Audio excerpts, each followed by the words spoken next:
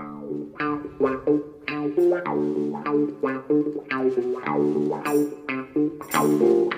evening, Gavin. Good evening, TC, and welcome all to Terry Currans' weekly football podcast. Steady away, son. What kind of week you had? Yeah, it was not a bad week at all, Gavin. I was going to go to Sheffield Wednesday at Brentford last night. Because of circumstances, I couldn't go. So I let somebody else take my place. Were you invited to Yes, Brentford? not by Wednesday, by some friends on a coach. Oh, lovely. Very good friend of mine, John Tompkins. And it was, I mean, okay, they got knocked out on I penalties. couldn't go because we hadn't been like shit. Yeah. Just, you know, Yeah. would have been late getting back. You just never know, dear. No, you don't. But I mean, the performance, I didn't see it, but they drew the game and got knocked out on penalties, didn't Yeah, they? they play quite well. Yeah, so close yet so Played far. quite well. But Yeah.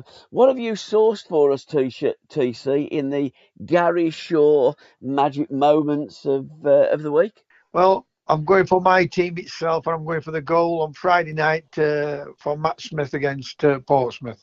Absolutely unbelievable strike. He proper hit that, didn't he?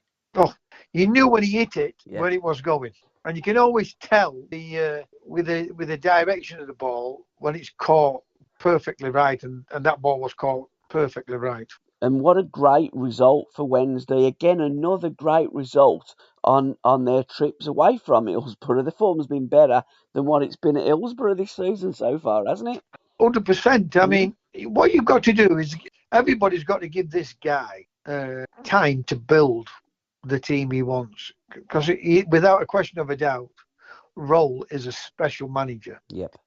And he's proving that on a low budget. I mean, to keep Sheffield Wednesday up last season was phenomenal. You know, do I expect them to be in the top four? No, but it wouldn't surprise me if they don't finish a minute. I would say that. But if they can get in and around the top six after Christmas, I'm sure Chansiri will find some fun from somewhere to kick on.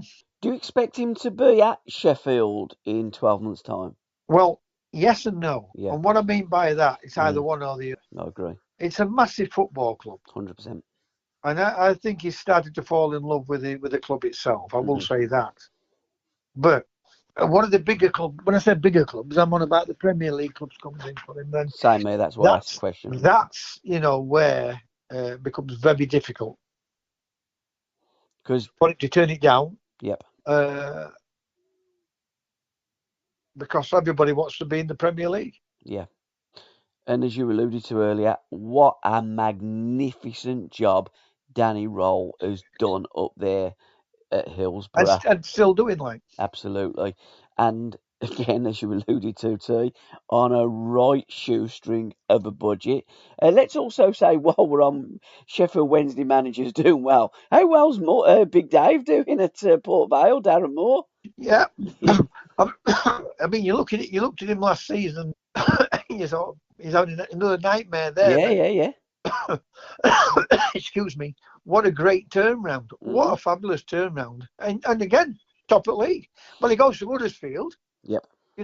Maybe didn't give him enough time at Huddersfield, but looking at the results, it didn't go well for him. And the way our football's gone, you don't get that times. But it's Huddersfield's loss and Port Vale's gain. But when we're looking at the two coaches and the way that they both coach and what they can do, I think Danny Roll is a proper cut above Darren Moore.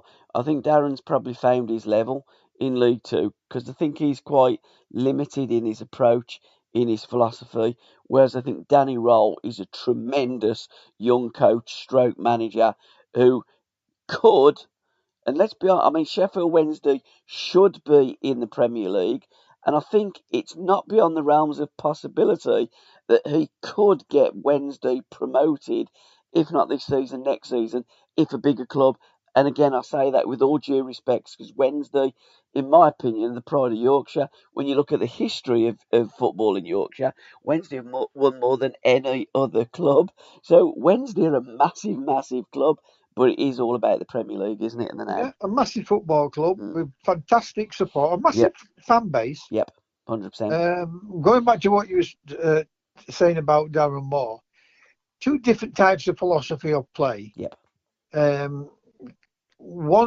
I think one can handle the bigger name players better than the other. And Yep. what I mean by that, I mean Roll will be able to get people to believe in him. Yep.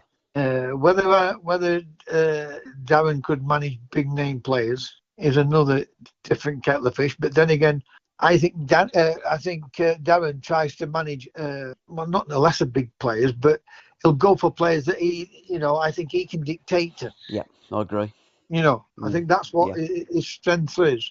And again, he'll always do well at a lower level. But then again, you just don't know if he got, can't believe this, Gabby. Janet's fetched me a nice cup of tea. Oh, well done, Jan. You're an absolute superstar. I'm a star, aren't I? Yeah. You got any cake, TC? She brought you any cake? No, I tell you what I have got, Gabby. Can I have a piece of custard, love, please? Thank you very much. What are you talking? It's smoking custard now. Please fetch me a piece of custard, and thank you very much. When you say a piece of custard, we usually have custard on our like apple pie or stuff like that. Oh no, not that custard. It's custard cream. egg custard. Okay, yeah, got ya. It's a bun. Yeah, But okay. It's not a normal little egg custard. It's a big one. Gotcha. So she'll cut that in half for me, and I'll have half of that. She's an absolute treasure. Well, I'm not saying I won't eat a full. I'm just saying you'll cut half for me, and then I'll have that first. And then I'll have second half. a pie of two halves.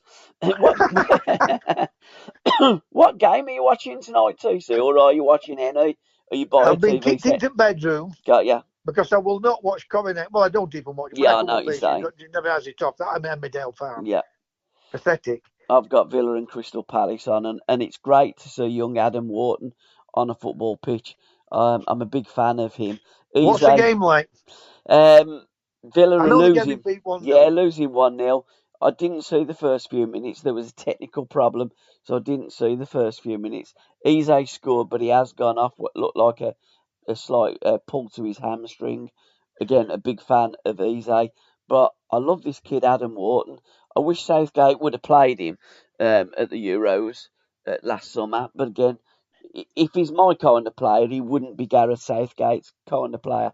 And again, we do go back to a Danny Roll and a Darren Moore scenario.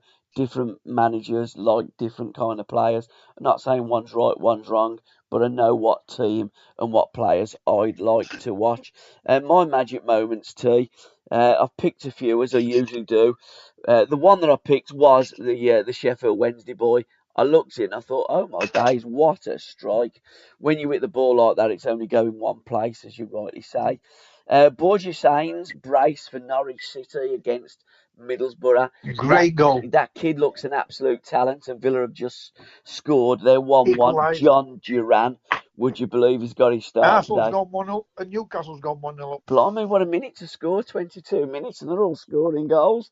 But Borja Sainz, he does look a bit of a player. I've seen him score a few goals. I haven't watched Norwich much this season, I must admit, but I've noticed his name cropping up a lot of times. And if I was involved in football, I'd be going to Carrow Road to check this kid out and watching Norwich City away from home as well. He does look like he's a player that can play above where he's playing at the moment in the Championship. He had a great run towards the end of the season, did Norwich. Yeah.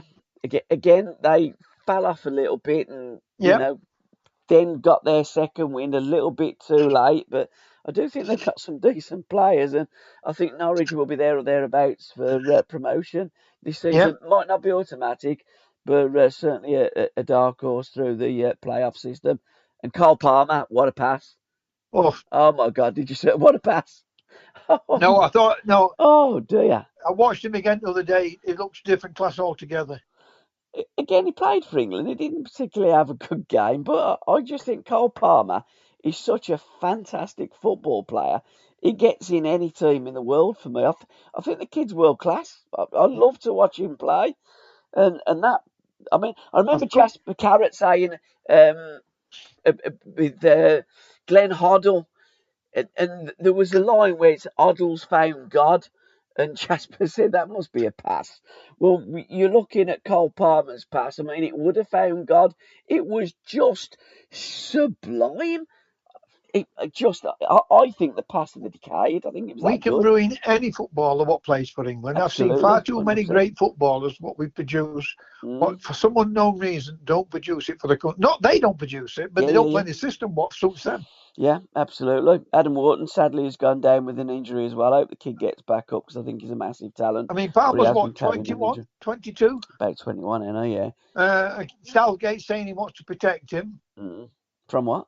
Yamal, whatever his name is at Barcelona, play for 16. Spain. Yeah, absolutely. 17, and they throw him in at deep end. Work that out. Yeah, well, it's just the way that the English, as we've always said on this podcast, the way that the English and the English managers look at football, and it's hardly a wonder that we've never won anything since 1966. Talking of never winning anything since 1966, Legends Lounge, I've put one Alan Anthony Hudson in the lounge this week. Born on the 21st of June, By the way, 1951 not in before Chelsea. time. Yeah, absolutely. 5'11" odd he was in his playing days. Yeah, Wharton's gone off. That's sad to see. Joined Chelsea. Not his boyhood club. His boyhood club was Fulham. Fulham. Yep, his dad was a Fulham fan, and went to Chelsea, following his brother John in Stamford Bridge in 1969. Al went there. Well, he didn't. He went there in '66, but made his debut in 1969. Stayed there until 1974, when Chelsea sold him. Ridiculous. Sold Osgood and Hudson to finance the East Stand, and then lied that Alan Hudson put in a transfer request. Never have I heard such a load of bollocks in all my life, but that's what football clubs do. Guys, they lie. 145 league games, 10 goals for Chelsea. Moved to Stoke City in 1974, January 74. The day that he signed, Stoke dropped into the bottom three. By the time the season had finished, Stoke qualified for Europe. If only Hudson would have got there earlier, they may have even won the league. And then the season after, I think they were 4 points off the winners in 1975, which was Derby, and beat Derby in March 1975. Stoke City, fantastic outfit during Hudson's time there. 105 games, 9 goals. Moved to Arsenal after the Butler Lane stand blew down, uninsured, and they were forced to sell Allen to Arsenal. 1976 to 1978. 36 games, blighted by injury. He had a bad stomach injury when he signed for Arsenal. In fact, didn't have a medical. They just signed him in them days. He didn't have a medical. Didn't get on with Terry Neal. Absolute nightmare of a manager for Alan Hudson, and also for Malcolm MacDonald, and for one or two others as well. Moved to Seattle in 79, 83. 94 games, 2 goals, but had a record amount of assists for Seattle in 1982. Moved back to Chelsea 83, 84, but didn't make the first team. Was swapped with Mickey Thomas. Mickey went to Chelsea and Alan went to Stoke. They had wind that Hudson was back from Seattle.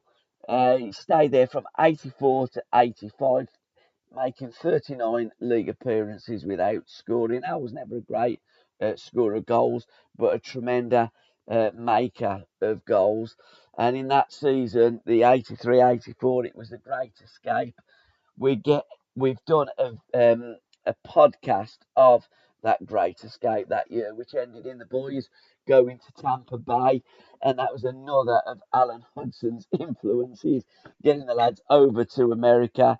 The guy is an absolute legend, played 9 times for the under-23s, remarkably twice for the national team in 75 against West Germany and Cyprus.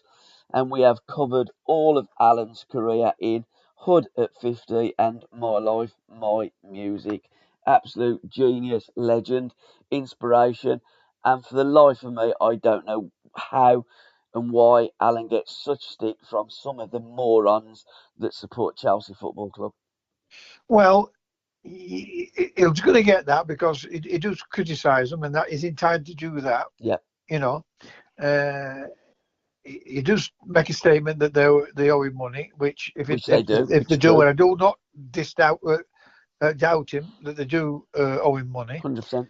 They never But what paid him. does baffle me, I can understand why Leeds didn't buy him, because they had got Bremner and Giles. Yeah. Right. But what did baffle me, teams like Man United, Arsenal before they did buy him, Liverpool, why they didn't buy him and he finished up at Stoke. And I'm not knocking Stoke, because they nearly won the league with Hudson being there. Yeah, absolutely. But when you look at the player he was, and yet, for some unknown reason, we just want to criticise these players. Put that name on them, the Mavericks. These are not Mavericks. These were genius football players. Yeah, absolutely. And if they would have been playing for, if they'd have been European, well, they are European by playing for England, but if they'd have been a Mediterranean player or a Spanish player, everybody would have thought, what technical ability these players have got, Hudson and them. You know, football stinks in this country. The German equivalent of Alan Hudson was Gunter Netzer.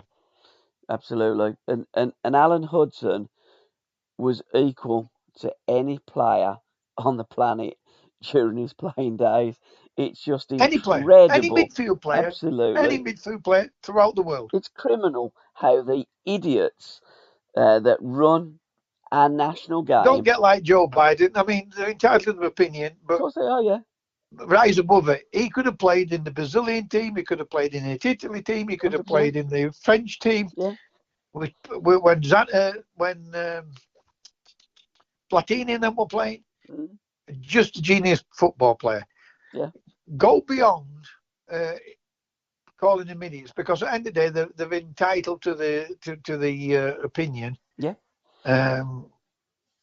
But what it is nowadays, a lot of these fans, like any of what's happening throughout the world, majority of them are just woke fans, and that's it.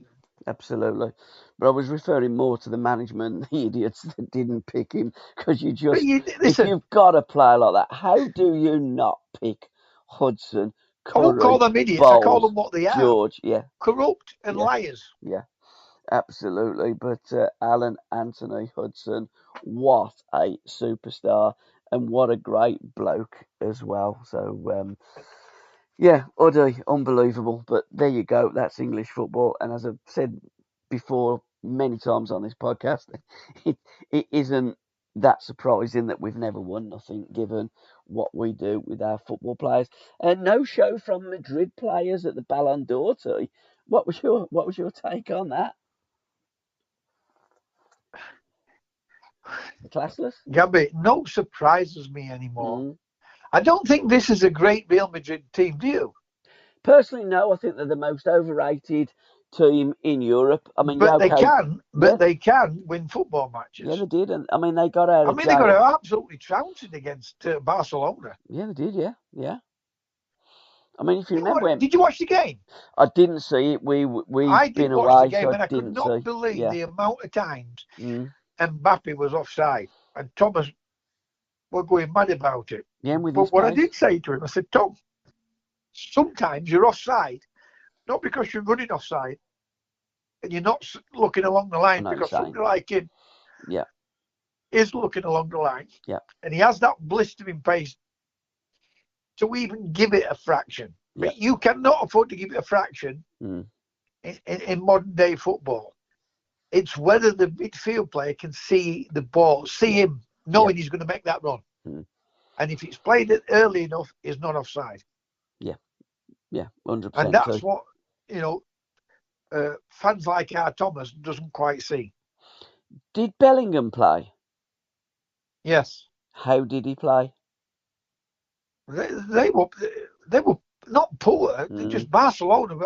Trashed them. Again, you know my sentiments. I think he's the most overrated player on the planet. I think he's a good player, but I don't put Bellingham I'm starting with people. I'm starting to think that typical what we've done with a lot of players, certain players, that we hype them up that much, and then everything's played through that player. Done it through Declan Rice. Again, not a lover of Declan Rice. Not my kind of football player. But I do think they're getting found out. I do Excuse me, Tottenham's gone 1 up, and Man United went 2 up, and Leicester's pulled 1 back, and Arsenal's gone 2 up. So Good grief. just keep you all informed, guys. It's all going on. It's still 1-1 at Villa Park. Villa Park, yes. But yeah, but I think to have a no-show to the Ballon d'Or, who would have been your vote if you was a journalist and you were voting for your European Player of the Year? Because that's what it is. Okay, there's non-European players playing in Europe, and I think that's why they call it the Ballon d'Or now. But it used to be the European Player of the Year. South America have always had a Player of the Year, but it's always been quite disorganised, whereas Europe's always been quite organised. But who would your vote have gone to? Yamal. You'd have gone for Yamal. Yeah. 17 years of age, won a European Championship. Yeah. Had a fabulous first start to the season. Well, first start of the season. Yeah. And this is his second season. Yep. And he looks even better. You looked at him the other night, and he absolutely destroyed Real Madrid. Yeah. Did you so find... he got mine. Did you... But then again, I mean, I can't argue with Rodri because another great player. Yeah. Yeah, I mean, I'm a big fan of Rodri. I think he's a different type of player. Yeah, great player. He wouldn't have been mine. I would have voted for Vinicius Junior. I think that he is a tremendous player. I think he's a great player, but I think he's a complete. How do I put this? Yeah, I know what you're saying. I haven't got the education to put this right. A great player, always moaning and groaning about something what's said to him or against him. And always a victim. He's got a victim complex, hasn't that's the word. Thank you, Gabby. Always the victim. Yeah. No, again, 100% agree with that as well. So, and I think that there was a number of players last year that played fantastic football in games. Not probably the Euro final, maybe not the Champions League final. But what I couldn't understand was where the Spanish were coming from about Dani Carvajal. I think he's a really, really good right back. But Ballon d'Or winner, are you having a laugh? And they were saying, well, he scored in the final. Well, who cares? What is it? Is it the best at this player? moment in time, there's not a Ronaldo or a Messi around, is there? I will say no, that. There isn't. No, but I mean, Dani Carvajal. But so now it gives the woke the opportunity to pick the woke players. Yeah, I just, And I'm not saying Rodri's that woke player, but what you're just saying about that player, Carvalho, do me a favour. But again, do you think that the younger... What about if Man United have gone 4-1 up? Good grief, blimey. They'll be having Ten Hag back now. I think those directors should have been sacked because it took them a long time to sack him and they're winning 4-1 tonight. Absolutely incredible, isn't it? But no, I just think the modern, the younger journalists, the younger football fan, they seem to be more focused on one game or two games, finals. If you win that, you're going to win the Ballon d'Or. I love Simon Jordan. And I hear him talk about appointing managers. Yeah. And they're on about Van Nistelrooy. Yeah, they'll rush it. But Van Nistelrooy has won 2 Dutch championships. Yeah. Right? But I said to Tom, I love Simon Jordan, but the managers he's picked. Yes. He's the last one I would want to listen to pick a manager for me. Yeah. And I don't mean that. No, what you're saying, yeah. Because I love listening to him. He talks so much sense. But when it comes to picking managers, when I look at the managers he picked at Crystal Palace, do me a favour, Simon. Yeah, 100%. So, talking of managers, new managers, Manchester United are going to employ somebody soon. It won't be, or it looks as though it won't be, Ruud van Nistelrooy, even if they score as many as my team, Birmingham, last night, 7. It looks as though this Portuguese geezer is going to get the gig. I mean, is that going to be... Why ain't he got it? He was supposed to sign yesterday, wasn't he? Well, again, it was put to him and there was some type of agreement. You look at the socials, it looks as though it's a done deal, but he hasn't signed. He's not the manager. They've not announced anything yet. Well, then that tells me it's a question for him. Does he stay there? And I did see where it was said, not by him, but where it was said, is he waiting for the Manchester City job? I mean, he may be waiting a long time because I believe his director of football has gone into Manchester City, hasn't he? Who has? I think the sporting Lisbon director of football has gone in to take that role at Manchester City. So whether whether Pep's going to leave soon, I very much doubt it's not it. about leaving at the end of the season according to form. Well, again, there's so many whispers, this is and my you take of might be this. This is not absolutely anything else. This is 100%. my take of it because I thought you'd have gone into the England way. This Mm, is my take. yeah, He finishes at the end of the season. yep, He has a year out. yep, He's got 18 months at England. yep, If he goes in and does well, and I think he'll have a great chance to do well with Thomas Tuchel. yep. If he does well, then Mm, Pep will probably take another job somewhere else, maybe a national job. But mm. if he doesn't, he gets the England job. That's my take of it. Yeah. I mean, you could be right. So, I mean, there's usually a good reason why they don't sign on the dotted line when they've been courted. Because, I mean, I think it makes Man United look a bit silly.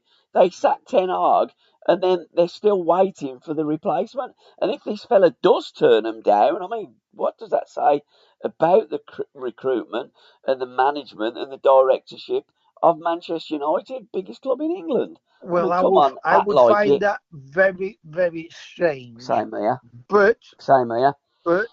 we'll soon see, because I think if they were going to sack him, which they have done, they'll have somebody who they've got lined up. Absolutely. And if it was the Portuguese man, I wouldn't have seen him turning it down or waiting. Now, I think they have got somebody lined up, and when it's done, it'll be done. Imagine though, if Pep has already said, "No, I'm not signing. I'm going at the end of the season. I'm not announcing it," because when you do announce it mid-season, it tends to go tits up, don't it? It generally don't end well. So whether he's keeping it under wraps, and this fella's gone in and he's going to join him, and he turns down Man United and goes to City, Manchester's going to be an interesting place. That's for sure. FA Cup first round proper the weekend. Huddersfield United. We're going to be doing it in the football forecast a little bit later in the podcast. But they've got a little, I don't know if it's a difficult trip, but it's certainly a live TV game Friday. They're away at Tamworth at the Lamb. Do you know much about Tamworth? What did you say? Huddersfield. I didn't catch that. Huddersfield in the first round of the FA Cup. Who they got? They've got Tamworth at the Lamb. It's actually I've actually still scored in a cup I final. still didn't get that. What you said? What team? Huddersfield. Yeah, I've been Huddersfield. Who's They're in the team? Tamworth. Tamworth. Tamworth at the Lamb. I've actually scored in a cup I could final hear there that Lamb. at I'm the thinking, Lamb. who's on about Lamb? Yeah. Sorry. No, it's a live game. It's the first round proper the weekend. Yes, I know it is. Bring back memories. I'm not looking. Yeah. See, I don't really look at a lot of fixtures until Thursday or Friday. Yeah. When I'm picking my Cooper. Yeah. And I've always done that when I were playing, people said, "Do you play?" I haven't got a clue. Yeah, it's one of the live games, and it starts on Friday. Birmingham are a live game on Sunday away at Sutton. I don't know if you saw Great any of the result for game. them the other night against Fulham. Tell you what, I thought Blues were superb. They did. I mean, I say it as I see it, and I've been quite critical of Birmingham, and rightly so, because I think that we've been poor over the last few years. You try to be fair with your own team, yeah, absolutely, or anybody else's team. Yeah. But that's where I don't like people being critics of people of you or me. But I've always said to you, look, they've entitled to criticise whoever they want to criticise, but you are fair. Absolutely. And I looked at Birmingham last night. It was one of the first times I've watched Birmingham, and I thought, you know what? This team's on the telly again. I'm going to watch them. I think they've got some really good footballers, and I thought they were superb last night. So yeah, well done, Blues. Crowd was a bit sparse. And you look at the competition and you think, why do you bother? Why do these teams, these big clubs, send an academy team to a side like Birmingham? I just don't see, as they're going to develop at under 21s, playing at a place like St Andrews. It really is time to bring back the reserve team league, and it's something that we've spoken about on the podcast many times. The That would Central help. League and the That would help the combination. younger players 100% a lot more Absolutely. than the under 23s, because with the under 23s, Yeah, 100%. they're playing under 18s in that team half the time. Of course, do you remember when Birmingham went to Portsmouth? We was watching that game and we were on Yes. about it first. And Yeah, I Mike, remember, because I said to you, he looks a Yeah. hell of a player, Yeah. Bellingham. And But, again, 16-year-olds and 17-year-olds in team. yeah, and my critique wasn't about, I playing. know. And to listen to the rest of this podcast, head on over to www.patreon.com/SRB Media. Thank you.